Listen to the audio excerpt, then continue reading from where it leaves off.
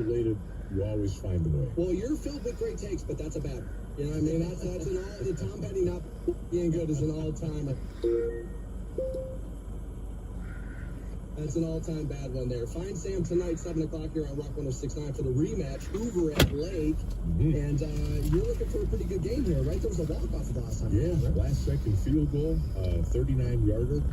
And you don't get a lot of those in high school football. You know, the field goals over the years. It hasn't been that long ago when a high school football team would run the kicker out there and go, oh my God, I hope he makes it.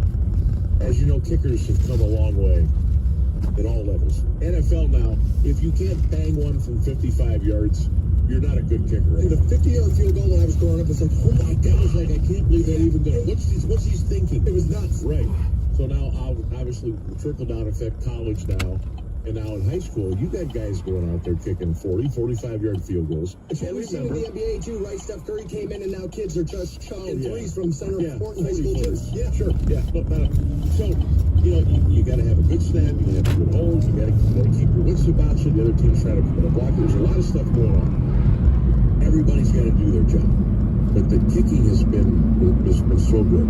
And now you're seeing more, you know, guys hit field goals at the gun, game's over, wild celebration. Which is really good for all of us. Hey, will we see one again tonight? Who knows? It's a rematch. It's a 10-7 matchup, Lake Hoover. And like I said, we've seen both teams numerous times. We know what they're going to do. Hell, if we know what the teams are going to do, the teams know. So it's going to come down to who wants it more, who's hungrier.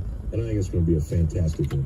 Well, your brother games are always cracking, right? Like when you know each other a little too well, it's like, you know, it's like divisional games in the NFL. It's the same thing. It's like you can be a bad team in the NFL, but when you play a rival in your division, somehow everybody kind of gets up and you kind of know. Now let's talk a little NFL. Because you and I were packing it in, done for the year, fair weather fanning it, if we're honest. Like, it's over. We're stuck. This whole thing's a mess. Nobody wants to admit anything. And all of a sudden, the quarterback goes down with the injury. You and I talked a little bit about that and said, let's not be cheering injuries. Let's not be going crazy here. And then Jameis, man. I mean, 330-some yards. You go over 20 points, a couple of touchdowns. Jameis has been this guy. The ceiling's high. The floor is low. Right? And I always feel like anytime they're talking to him, his brain is secretly going, oh, no, Jameis, they're talking to us. And, you know what I mean? But that's what makes him great with the quote, right? Like, he's great. A lot of people saying, man, where is this season if Jameis is under center? I think people are penciling in a little too many easy wins just because it wasn't going to be Deshaun. Where do you think, Sam, this team would be record-wise if Jameis had started this year out? I think they're probably, I would say 4-4. Okay. I would say 4-4. God, right now I feel like the Browns got to take it. Compared to what we witnessed the first 9 weeks.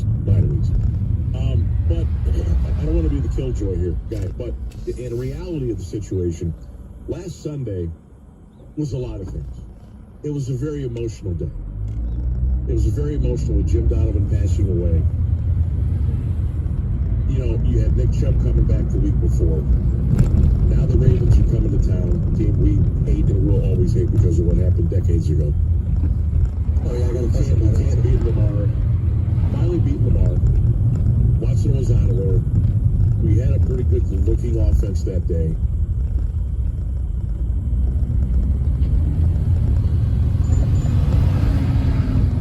Plays were being called by different people. It all kind of came together. I mean, so weird. Baltimore Ravens dropped some passes Sunday. I looked and I said, okay.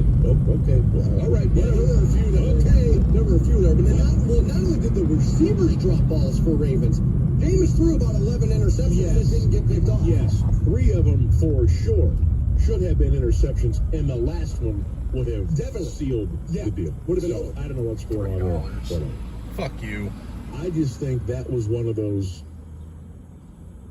game this weekend, and it's the Chargers. Now, everybody, myself included, I think Justin Herbert's better than he has been thus far in the NFL. As far as like a player goes, I think Justin Herbert's actually really good. I do too. And I think there's something going on with him. And we all thought, well, maybe not all, but I did, Harbaugh is going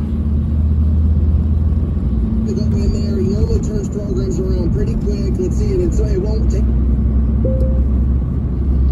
them all that long. But it hasn't necessarily gone the way we had assumed. It has. It has. And so this, what I'm saying is, maybe taking too long to get there. This is a winnable game, week 9. I fucking think so. For the Cleveland Browns here.